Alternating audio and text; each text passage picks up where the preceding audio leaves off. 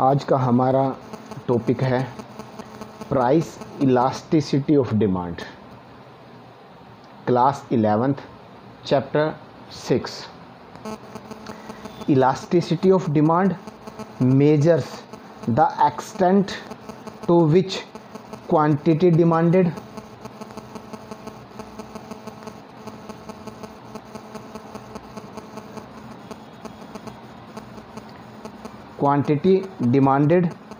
of a commodity changes in response to a change in any of its quantitative determinants.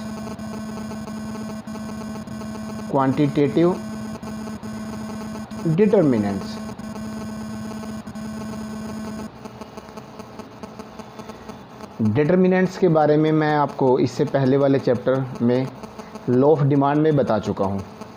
Determinant में हम price of the commodity involve करते हैं, price of the related goods, yield, income of the consumer, taste, expectation. तो इन determinants के change होने से quantity demanded में किस तरह का चेंज होता है, इसी को हम इलास्टिसिटी ऑफ डिमांड बोलते हैं। यदि हम डूले की एक डेफिनेशन लें इलास्टिसिटी ऑफ डिमांड की, तो वो क्या है? The elasticity of demand measures the responsiveness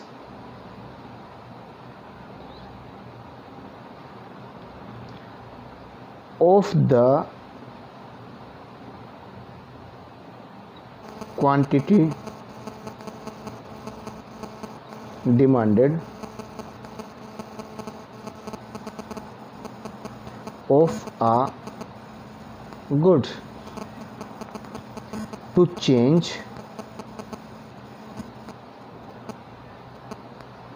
in its price। Determinants में price of other goods and changes in consumers income.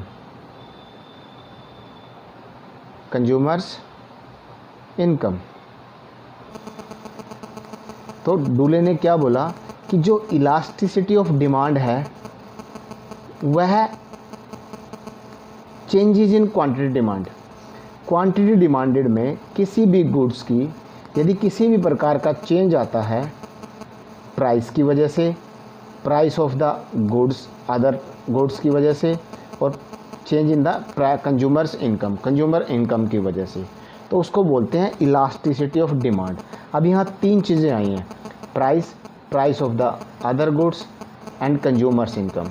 हम टेस्ट और एक्सपेक्टेशन को इसमें स्टडी नहीं करेंगे। तो मेनली 3 टाइप्स। तो फर्स्ट हमारी जो बनेगी वो है price elasticity of demand.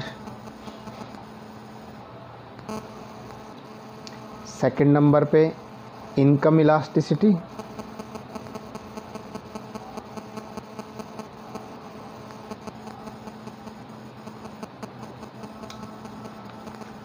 Of demand.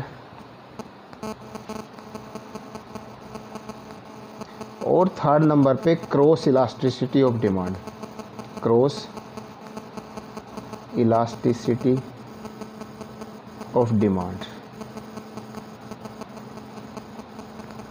इनको डिटेल में करते हैं। तो प्राइस इलास्टिसिटी ऑफ डिमांड यानी when change in quantity demanded in its measure with respect to change in price of the commodity. It is called price elasticity of demand. यानी कि price में change होने से, चेंजेस इन प्राइस प्राइस में change होने से जो quantity demanded है उसमें किस तरह का चेंज आता है उसको बोलते हैं price elasticity of demand. Income elasticity of demand यानी कि when change in quantity demanded in measure with respect to change in the income of the buyer, income of the consumer. किसी कंज्यूमर की income के change होने से उसकी demand के ऊपर किस तरह का इफेक्ट पड़ता है, यह स्टडी की जाती है income elasticity of demand. Next है cross elasticity of demand. Cross elasticity में कि when change in quantity demanded of a commodity is measure with respect to change in price of the other goods, जो मैंने अभी आपको third कराया था। Cross elasticity price of other goods, others goods, किसी दूसरी वस्तु की जो कीमत है उसमें चेंज होने से डिमांड पर क्या इफेक्ट पड़ता है, ये हम स्टडी करेंगे cross elasticity of demand.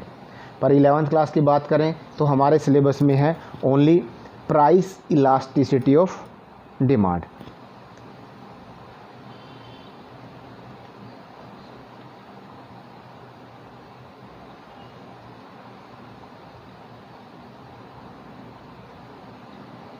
Price elasticity of demand यानी कि प्राइस के चेंज होने से किसी भी कमोडिटी के क्वांटिटी डिमांडेड में किस तरह का चेंज होता है उसको बोलते हैं price elasticity of demand.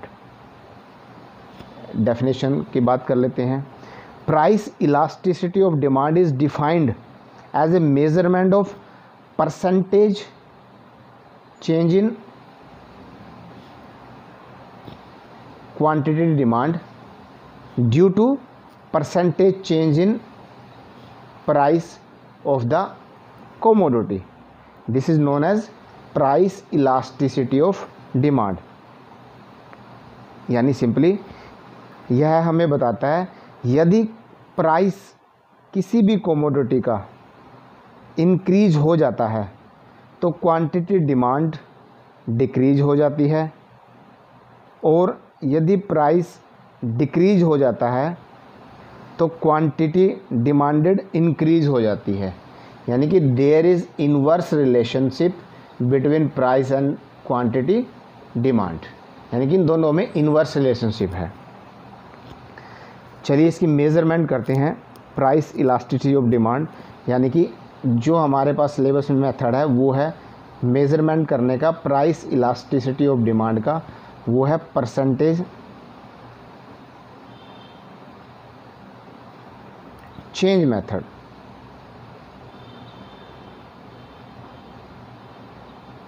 Percentage change method, इसमें इलास्टिसिटी ऑफ डिमांड ईडी हम जिसको बोलेंगे इज इक्वल टू होता है percentage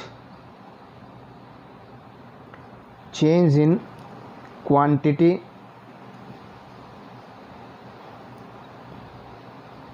demanded upon percentage change in price of a commodity.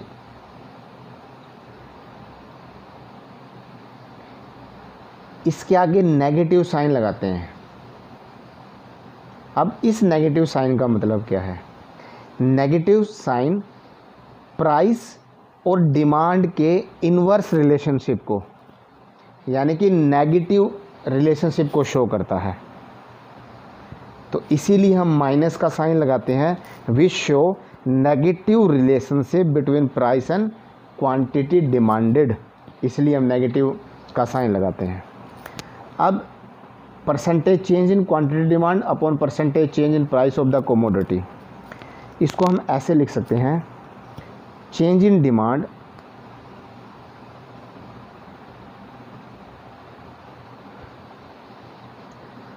Upon initial demand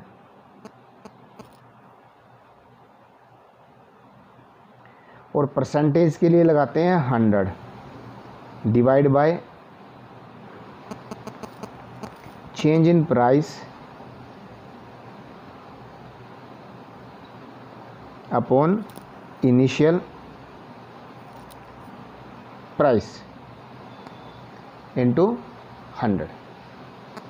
अब देखिए, यदि हम इनिशियल प्राइस को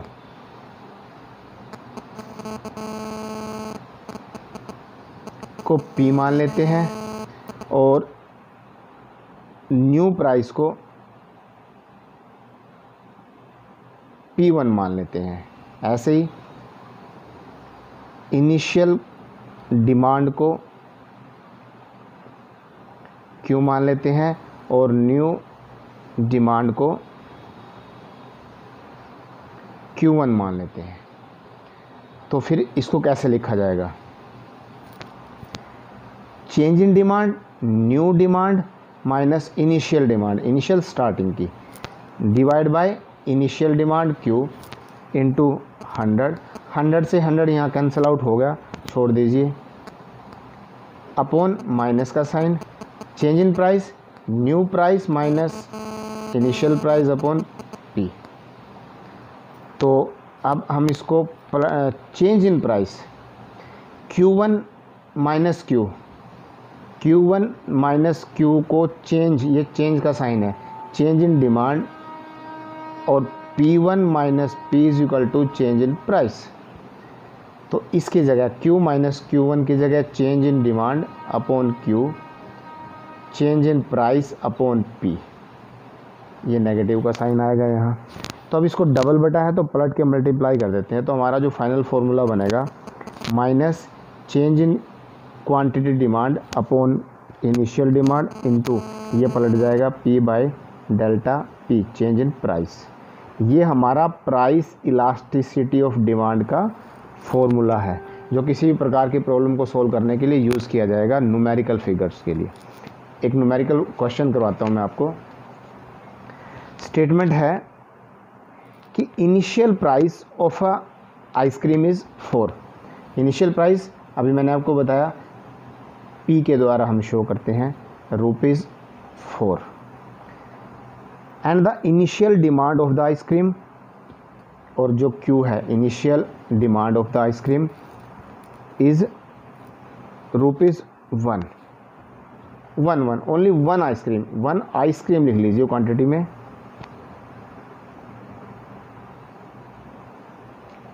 यदि प्राइस 4 है तो डिमांड 1 आइसक्रीम की है।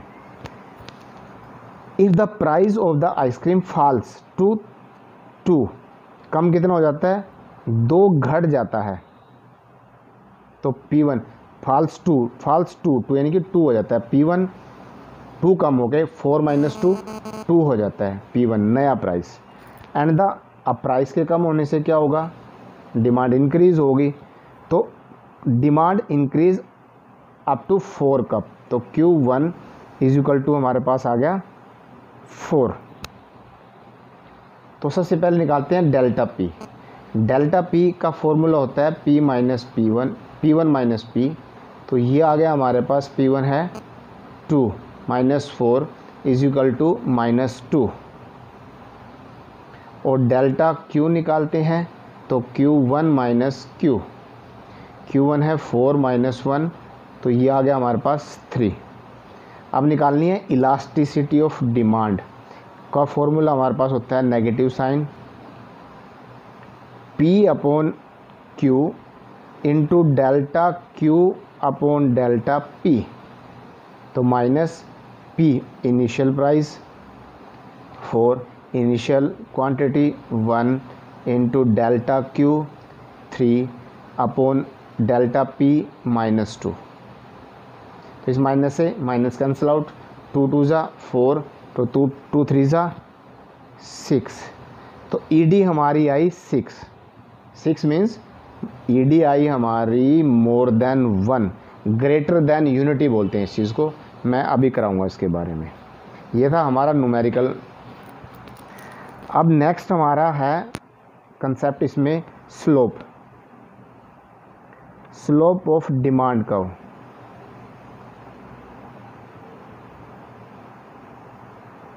And elasticity of demand.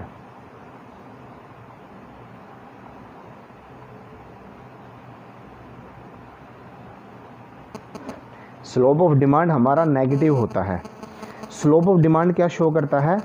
Slope of demand का show total changes in quantity demand in relation to absolute change in its own price of the commodity.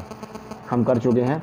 Price of the commodity के change होने से जो quantity demanded है उसके relation को जो ये डिमांड कर्व है वो शो करता है। या और इलास्टिसिटी ऑफ डिमांड की बात करें तो इलास्टिसिटी ऑफ डिमांड में परसेंटेज चेंज इन, यहाँ तो direct change in price, change in quantity demanded, यहाँ percentage change in quantity demanded in relation to percentage change in price. यहाँ परसेंटेज चेंज आएगा, यहाँ नॉर्मल चेंज आएगा। एक फिगर के द्वारा इसको शो करते हैं। हमें पता है नॉर्मली यदि प्राइस बढ़ता है तो डिमांड कम होती है। यदि प्राइस फॉर एग्जांपल 30 है तो डिमांड हमारी 40 है। 10, 20, 30, 10, 20, 30, 40।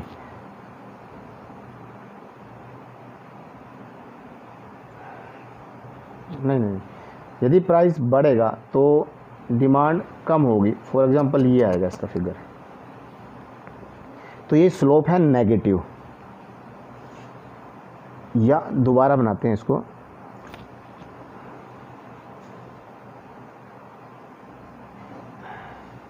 वन, टू, थ्री, ये वाई एक्सिस जहाँ हम प्राइस को शो करेंगे, ये एक्स एक्सिस जहाँ हम क्वांटिटी डिमांड को शो करेंगे। 1, 2, 3, 1, 2, 3, 1, 2, 3। प्राइस 1 है तो डिमांड 3 है। प्राइस बढ़ जाता है, डिमांड कम हो जाती है। प्राइस और बढ़ जाता है, डिमांड और डिक्रीज हो जाती है। तो ये बन गया हमारा स्लोप ऑफ डिमांड कर्व। अब जो ये पोर्शन है यहाँ से यहाँ तक कम होना, यानी कि चेंज इन प्राइस, इसको हम शो करेंगे 3 से 2 पे प्राइस आ गया, चेंज इन प्राइस। और ये जो हमारा है ये है चेंज इन क्वांटिटी डिमांडेड। इस प्राइस के कम होने से डिमांड कम होगी। ये है elasticity of demand.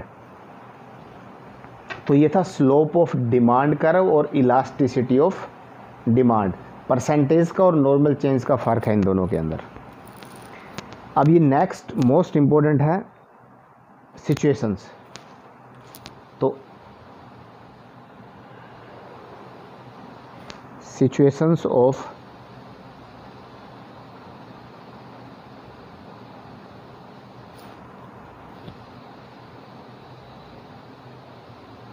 Situations of elasticity of demand. इसमें हम 5 सिचुएशंस को शो करेंगे। तो 5 में सबसे पहली जो सिचुएशन है वो है horizontal.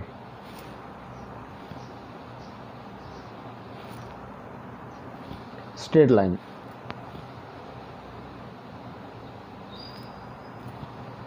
Demand curve.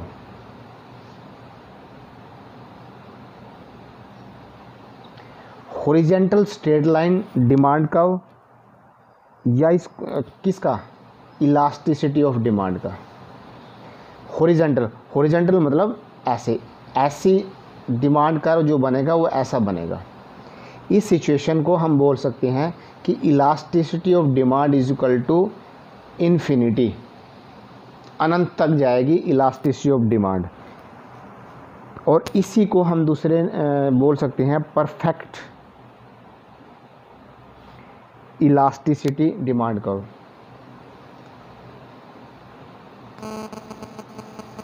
Perfect elasticity demand भी हम इसको बोल सकते हैं। चलिए इसको समझते हैं। जो हॉरिजॉन्टल स्ट्रेट लाइन है उसको हम परफेक्ट इलास्टिसिटी डिमांड कर्व भी बोल सकते हैं। इस सिचुएशन में जो इलास्टिसिटी ऑफ डिमांड होती है वो इन्फिनिटी होती है। यानी यदि थोड़ा सा भी प्राइस में चेंज होता है तो डिमांड हमारी 0 हो जाती है।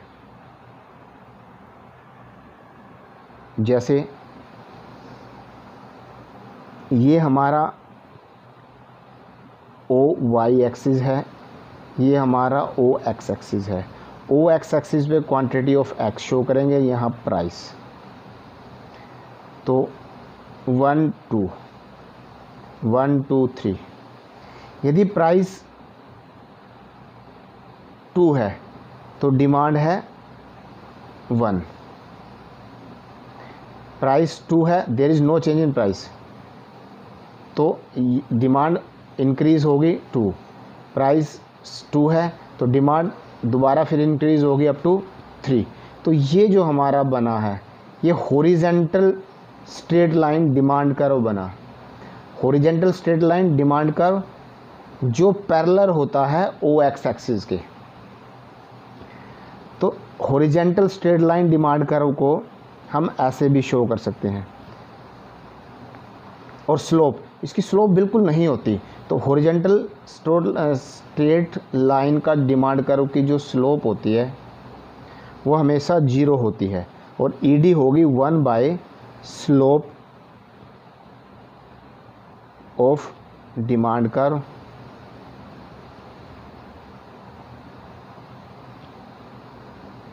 Into P by initial price, initial quantity P by Q. तो अभी मैंने बताया slope of the demand curve horizontal straight line में 0 होती है, तो इसको लिख सकते हैं 1/0 इंटू पी बाय क्यू। और इसको यदि हम सोल्व करेंगे, किसी भी नंबर को 0 से मल्टीप्लाई करते हैं तो इन्फिनिटी आता है, तो कहाँ तक जाएगा ये? इन्फिनिटी तक जाएगा। तो elasticity of demand at any point is equal to infinity. इसमें हम ऐसे भी इस को समझ सकते हैं कि यदि प्राइस में थोड़ा सा भी इंक्रीज़ होती है प्राइस तो डिमांड 0 हो जाती है। तो ये था हमारा हॉरिजेंटल स्ट्रेट लाइन, जिसको हम ED is equal to infinity तक जाते हैं। सेकंड नंबर पे वर्टिकल, हॉरिजेंटल का बिल्कुल अपोजिट है, vertical straight line demand curve.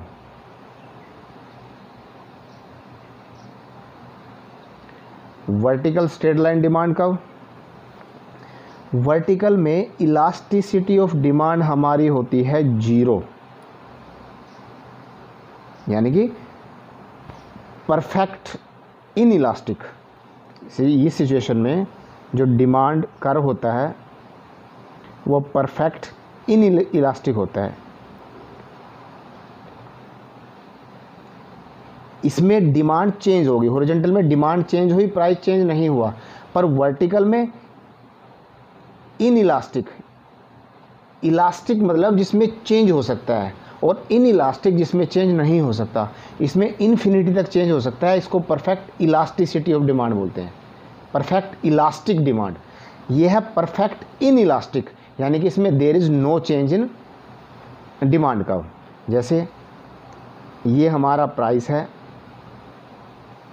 ओ वाई पे प्राइस लेते हैं, ये क्वांटिटी डिमांड लेते हैं, ओ 1 2 3 1 2 3।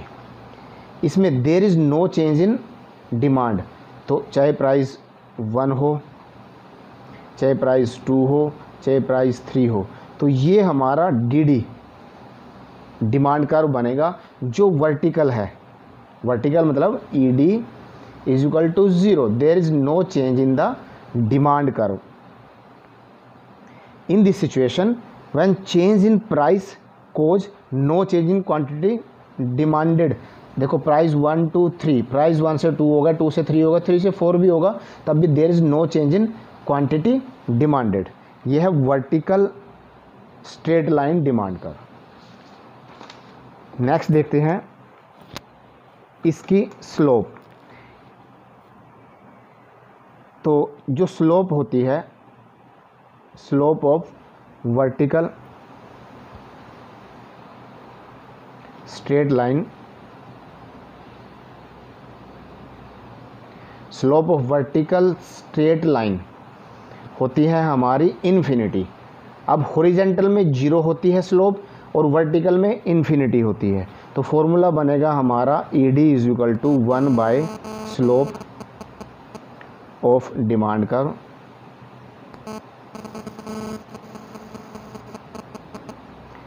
Into P upon Q, initial price initial quantity. तो 1 by infinity into P upon Q, ये बिल्कुल उसका अपोजिट है, हॉरिजॉन्टल का अपोजिट है। वो इन्फिनिटी पे था तो ये किस पे जाएगा, 0 पे। Next situation third, rectangular hyperbola demand curve, यानी कि इसमें हम क्या पढ़ेंगे कि जो हमारी इलास्टिसिटी ऑफ डिमांड है वह 1 है, यूनिटी, इसका सेकंड नाम यूनिटरी, यानी कि unit demand curve, unit demand curve, unitary situation भी हम बोलते हैं इसको। इलास्टिसिटी ऑफ डिमांड की यूनिट इलास्टिक होती है, यूनिट मीन्स 1, यानी कि इसमें ED elasticity of demand is equal to 1 होती है हर पॉइंट पे। कैसे, यानी कि 1 मीन्स सेम चेंजेस। यदि प्राइस 1 बढ़ता है तो डिमांड 1 क्वांटिटी कम हो जाएगी। तो इसमें जो डायग्राम बनेगा, same OY axis, OX axis, quantity of X और प्राइस ऑफ X कमोडिटी। तो प्राइस यदि 1 है तो डिमांड है 2, प्राइस यदि 1 है तो डिमांड है 2। यदि प्राइस बढ़कर 2 हो जाता है तो डिमांड घटकर 1 हो जाती है। तो ये है, इसको हम ऐसे बना सकते हैं, ये है रेक्टेंगुलर हाइपरबोला डिमांड कर्व, और ये पॉइंट हमारा P लगा लो इसको। तो ये रेक्टेंगुलर हाइपरबोला डिमांड कर्व है। ये क्या शो करता है कि डिमांड कर्व रेक्टेंगुलर हाइपरबोला है तो total expenditure on the quantity remain constant. इसमें हम जो भी एक्सपेंडिचर काउंट करते हैं वो बिल्कुल कांस्टेंट रहता है। इसमें जो रेक्टेंगुलर एरिया है हमारा, ये बिल्कुल इक्वल होता है, एक दूसरे के इक्वल होता है। और डॉक्टर मार्शल ने इसको बोला था यूनिटरी इलास्टिसिटी ऑफ डिमांड।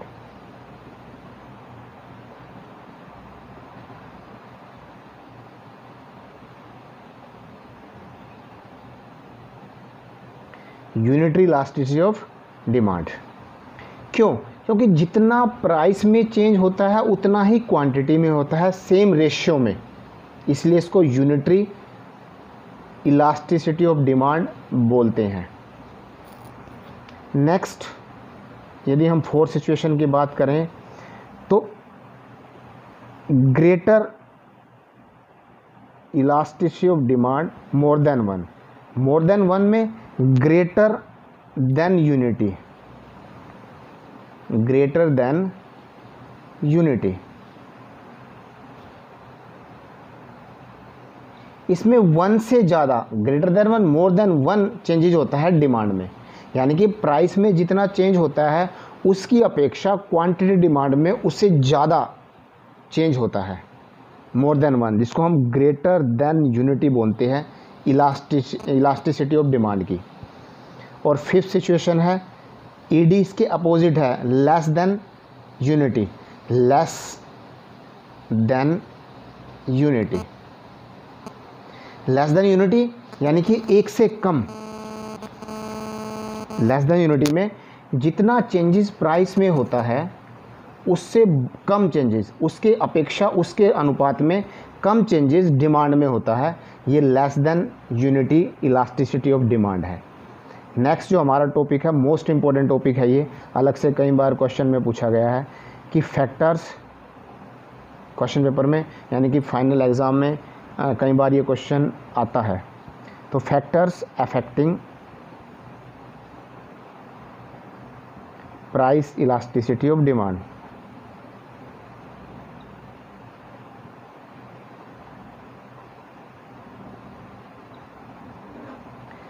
कौन कौन से फैक्टर है जो प्राइस इलास्टिसिटी ऑफ डिमांड को प्रभावित करते हैं? सबसे पहले है nature of the commodity. Nature of commodity, nature of commodity में कुछ हमारे लिए बड़ी नेसेसरी ज़रूरी चीज़ें होती हैं, रूटीन में हम यूज़ करते हैं। फॉर एग्ज़ाम्पल सोल्ट है, कैरोसिन है, टेक्स्ट बुक है, वेजिटेबल्स हैं, तो इनका नेचर नेसेसरी में आता है। और कुछ ऐसी होती हैं जो लग्जरीज होती हैं। यदि हम नेसेसरी कमोडिटी की बात करें तो नेसेसरी कमोडिटी की जो डिमांड होती है वो इनइलास्टिक होती है, और जो लग्जरी कमोडिटीज़ की हम बात करें तो लग्जरी कमोडिटीज़ जैसे एयर कंडीशंस हैं, बड़ी बड़ी गाड़ियाँ हैं, फर्नीचर है, ऑर्नामेंट्स हैं, उनकी सब की डिमांड इलास्टिक होती है। सेकंड नंबर पे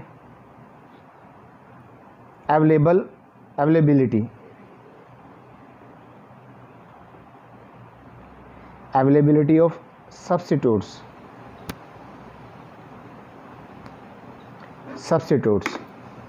क्लोज सब्स्टिट्यूट्स जैसे टी और कॉफ़ी एक दूसरे के बिल्कुल क्लोज है, तो इनकी जो डिमांड होती है वो इनइलास्टिक होती है। कैसे? यदि प्राइस टी का बढ़ जाता है तो लोग कॉफ़ी को परचेज़ करना शुरू करके कॉफ़ी की मांग को बढ़ा देते हैं, या कॉफ़ी का प्राइस बढ़ जाता है तो लोग टी की जो डिमांड है उसको बढ़ा देते हैं। तो इसलिए इनकी जो इलास्टिसिटी ऑफ डिमांड होती है वो इनइलास्टिक होती है। थर्ड नंबर पे मल्टीपल यूज़ हम जिसको बार बार यूज़ करते हैं। कोई भी इलेक्ट्रिकल आइटम्स है उसको हम बार बार यूज़ करते हैं। हमारे रूम्स में फ़ैन है, हमारे रूम्स में एसी है, फ्रिज है, वो सारे बार बार यूज़ करते हैं। और if the price of the electricity increase, electric जो आइटम्स हैं, अप्लाइंसेस हैं, उनका मैं एग्जांपल ले रहा हूँ। यदि हमारी बिजली की कीमत बढ़ जाती है तो हम जो ज़रूरी काम है उसके लिए यूज़ करेंगे, ज़्यादा यूज़ से हम बचने की कोशिश करेंगे, क्योंकि बिल हमारा इंक्रीज़ हो जाएगा। इसकी जो डिमांड होती है इलास्टिक होती है। नेक्स्ट 4 नंबर पे पोस्टपोन्ड ऑफ यूज़। कुछ ऐसे आइटम्स भी होते हैं हमारे पास जिनका हम यूज़ पोस्टपोन कर सकते हैं।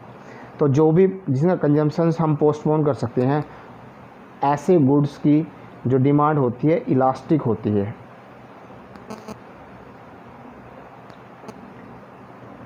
Number 5 income level of the buyer. Income of the consumer भी इलास्टिसिटी ऑफ डिमांड का जो कर्व है उसको चेंज करता है।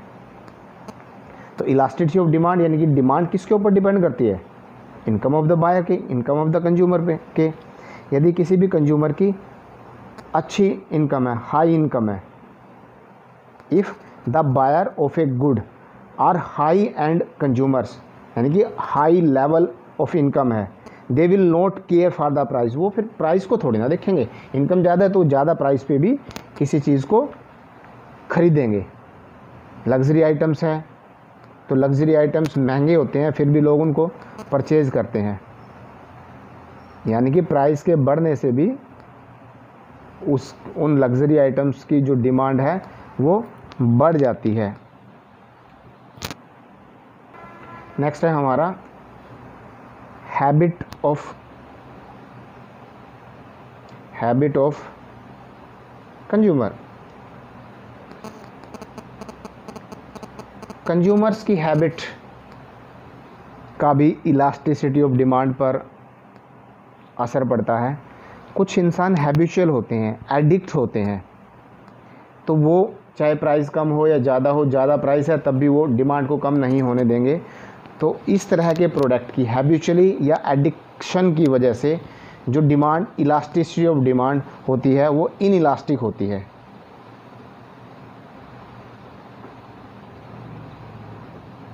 नंबर 7, प्रोपोर्शन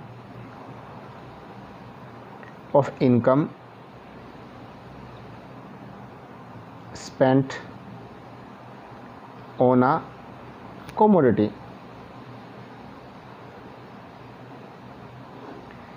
इंसान अपनी इनकम का कितना पोर्शन किसी वस्तुओं को खरीदने के लिए या कंजम्पशंस के लिए यूज़ करता है। तो यदि ज़्यादा स्पेंड किया जाएगा, लार्ज पोर्शन ऑफ इनकम, तो लार्ज पोर्शन ऑफ इनकम पे इलास्टिक डिमांड होगी और स्मॉल पोर्शन पे इनइलास्टिक होगी। Next number 8, price level.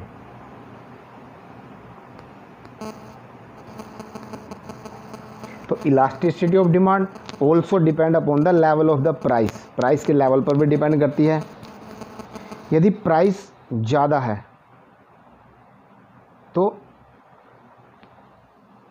High at the higher level of price of the commodity, low at the lower level of the prices. ज़्यादा price और कम price, तो higher level of the price. इस situation में यदि price high है तो elasticity of demand भी हाई होगी, और लो प्राइस है तो इलास्टिसिटी ऑफ डिमांड भी लो होगी। और नेक्स्ट और लास्ट हमारा है टाइम पीरियड।